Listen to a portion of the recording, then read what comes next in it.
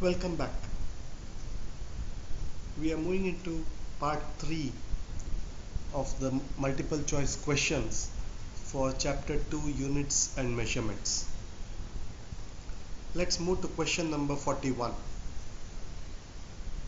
If tomato times speed gives power, then the dimensions of tomato are. So it's a quirky question, sort of a weird question, because out of nowhere you are seeing the word tomato. Sometimes questions in NEET and CET can be a little weird, but that doesn't mean that the question is answerless or baseless. Rather, you need to keep your focus on. So let's read the question again. If tomato times speed gives power, then the dimensions of tomato are. So they're asking you the dimensions of the quantity that they have called tomato.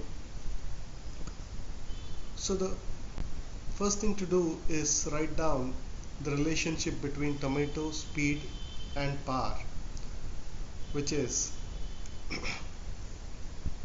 power equals speed into tomato.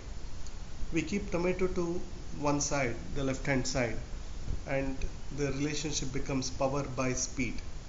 Now power can be further broken down as work over time. So work over time divided by speed. Work can further be written as force multiplied by displacement divided by time into speed, and force can be split further into mass into acceleration.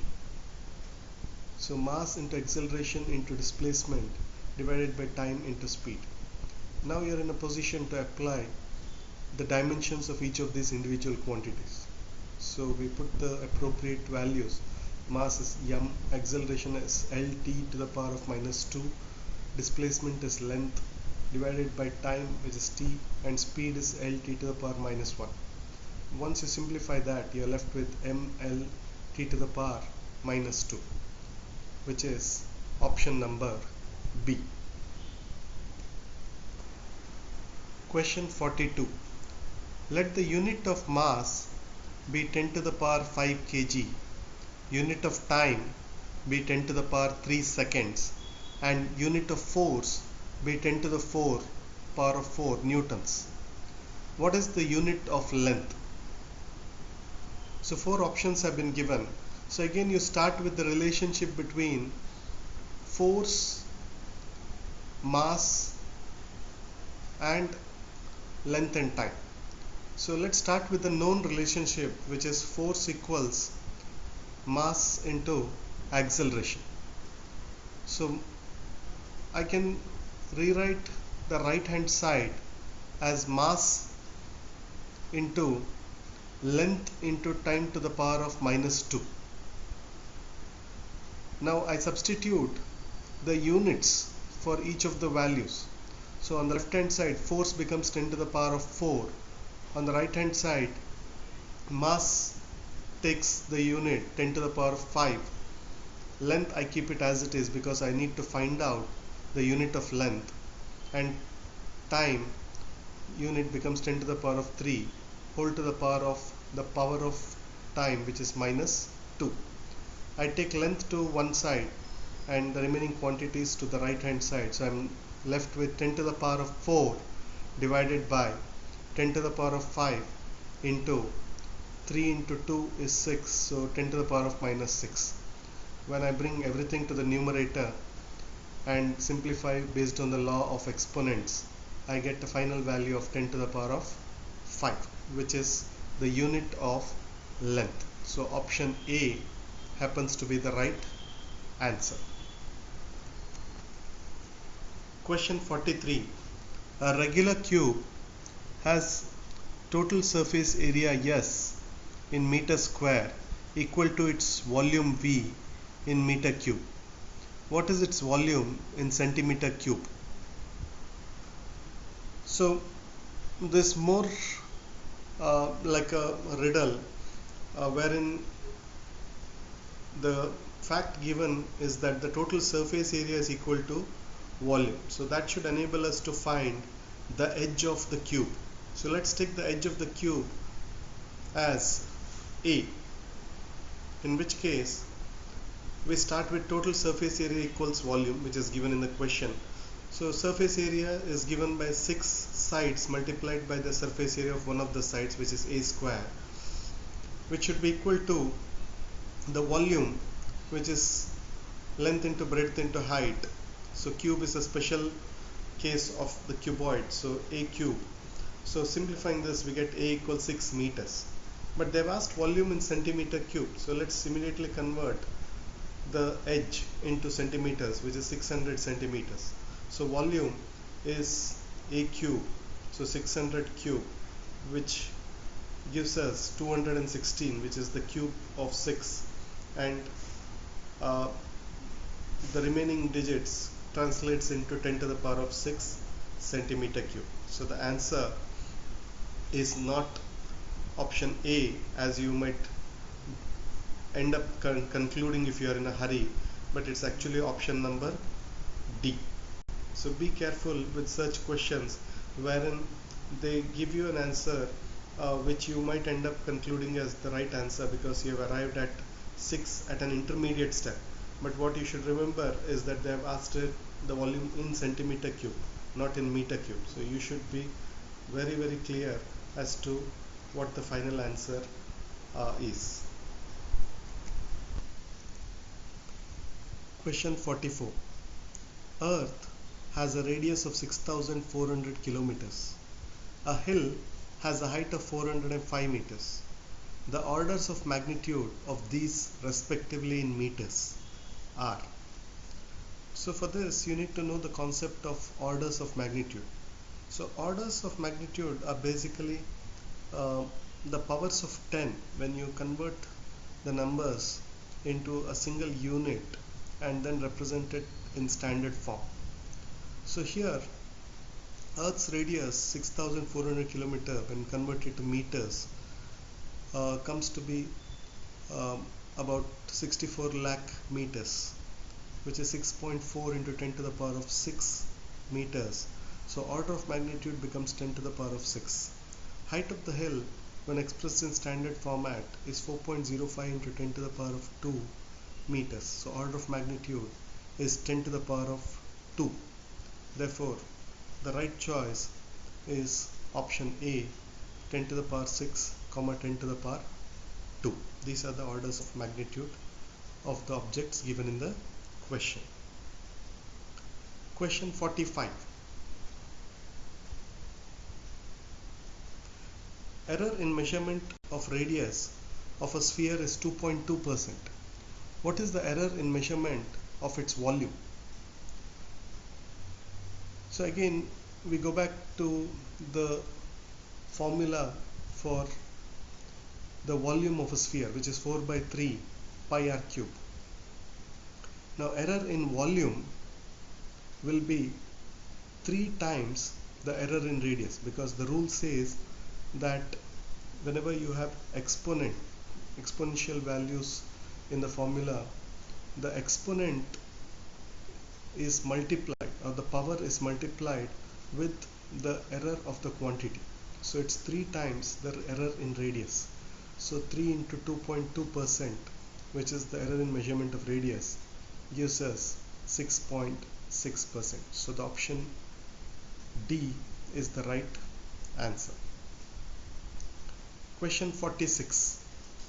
Two metal pieces of value 3.14 grams and 11.08 grams are put in a metal box of weight 4.14 kg. Total mass of the box to the correct number of significant figures is. So you'll have to add up all the values, and if you look at the 4 options, they're all given in kgs. So let's add them up after converting the 2 values given in grams to kgs. So we get 4.14, which is the weight of the box in kgs, plus the 2 metal pieces converted to kgs, which is 0.00314 and 0.01108. When you add, you get 4.15422. Now this is one of the options given here, but don't blindly go for this option, because if you go back to the question, they have clearly specified that you have to give the total mass of the box to the correct number of significant figures. So you'll have to go back and recall the rule that when you add quantities, the final answer should retain as many decimal places as the number in the question which has the least number of decimal places. So all of them have 2 decimal places each. So we will have to retain only 2 decimal places in the final answer. So obviously 422 get discarded and 4.15 kg becomes the answer. So option C is the answer. Question 47. Round off 8.245 and 3.635. So you should immediately recall that whenever you round off terms, especially when the last digit or the number to be rounded off is 5, then there is a very unique rule. You look at the digit before 5.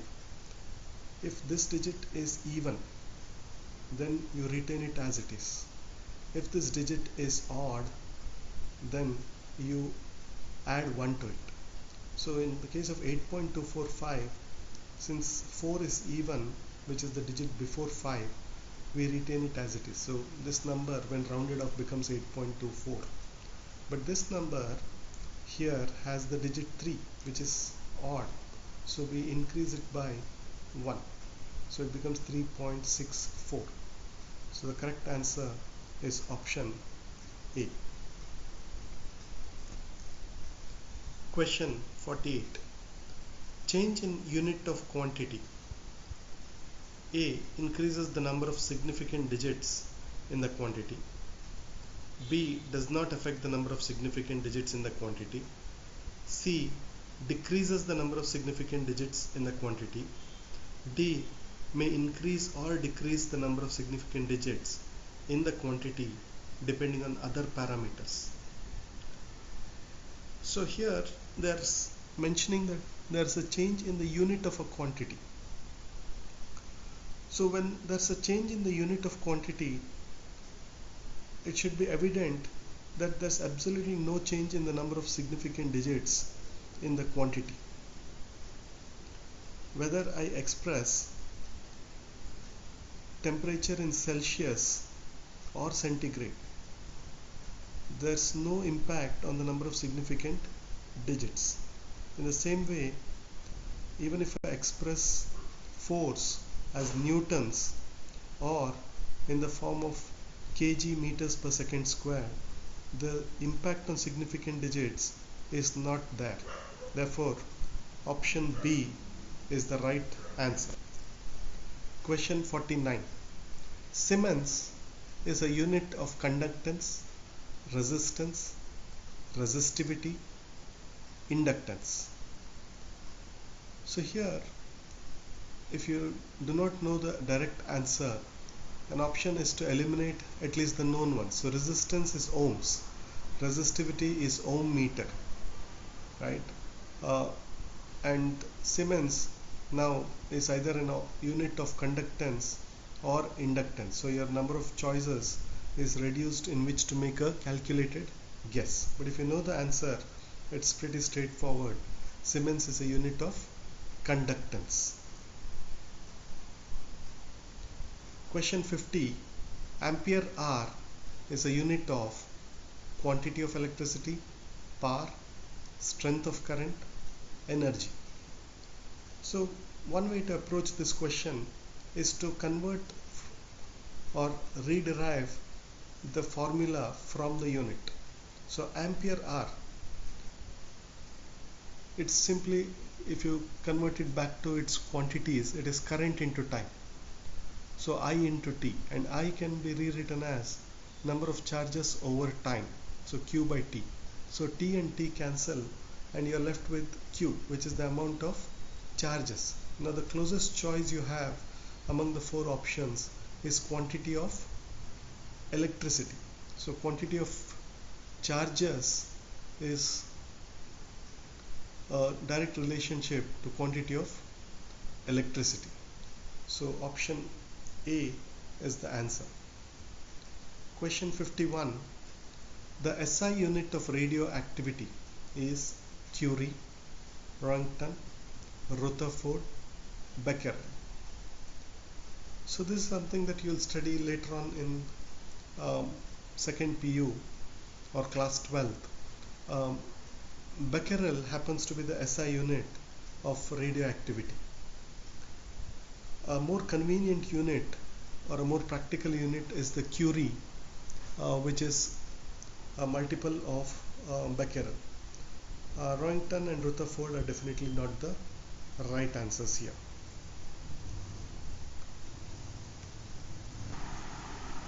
Question 52. A watch loses 120 seconds in a day. After setting the watch to the correct time, how many days have to pass before the watch shows the correct time again? So a concept that you'll have to keep in mind is that mechanical watches, even though they are showing the wrong time, after a passage of about 12 hours, they will again point to the correct time. The hour and the minute hand will point to the correct time after a passage of 12 hours. So with that in mind, we can see that 120 seconds is about 2 minutes. So after 12 hours, the clock will show the correct time. So the total minutes in 12 hours can be obtained by multiplying 12 hours with 60 minutes in each hour. So the number of days to pass before the clock shows the right time again is obtained by 12 into 60 divided by 2, which is 360 days. Option B. Question 53. Classical physics mainly deals with microscopic phenomena, macroscopic phenomena, both A and B, none of these.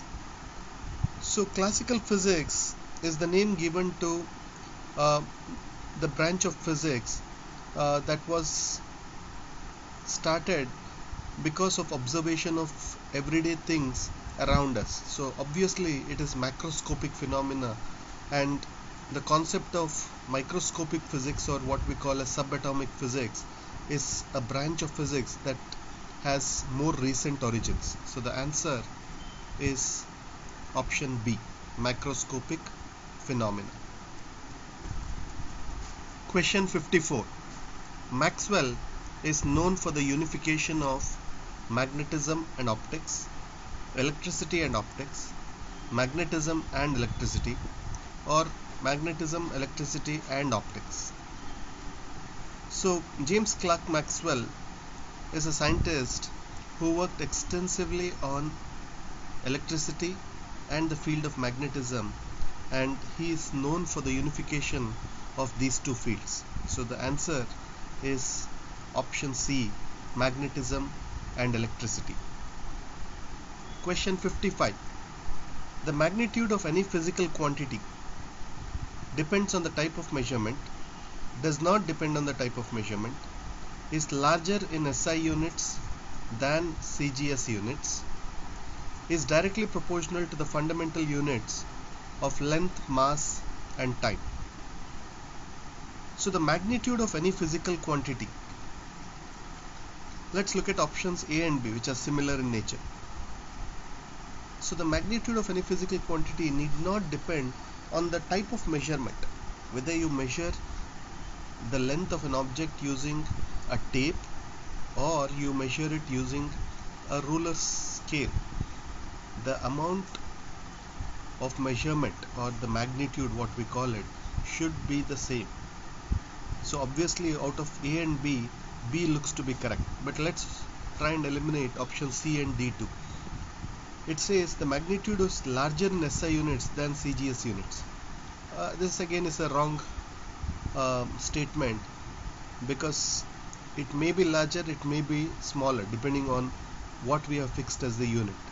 And D, everything need not be directly proportional to length, mass and time, because there are 7 fundamental units, and a particular magnitude or a physical quantity can be proportional to other fundamental units too. So obviously the answer is option B. It does not depend on any type of measurement. Question 56. A micron is related to a centimeter as. So let's first equate both a micron as well as a centimeter to a meter. So 1 meter equals 10 power 6 microns and 1 meter equals 100 centimeters. That means I can equate 10 power 6 microns with 100 centimeters. Therefore 1 micron becomes 100 divided by 10 power 6 centimeters. Simplify that, we'll get 10 to the power of minus 4 centimeters. So 1 micron is equal to 10 to the power of minus 4 centimeter, which is option B. Question 57. In S equals A plus BT plus CT square, S is measured in meters and T in seconds. The unit of C is. So the concept to be applied here is that dimensions of S on left hand side should be equal to the dimensions of A, should also be equal to the dimensions of BT, and should also be equal to the dimensions of CT square.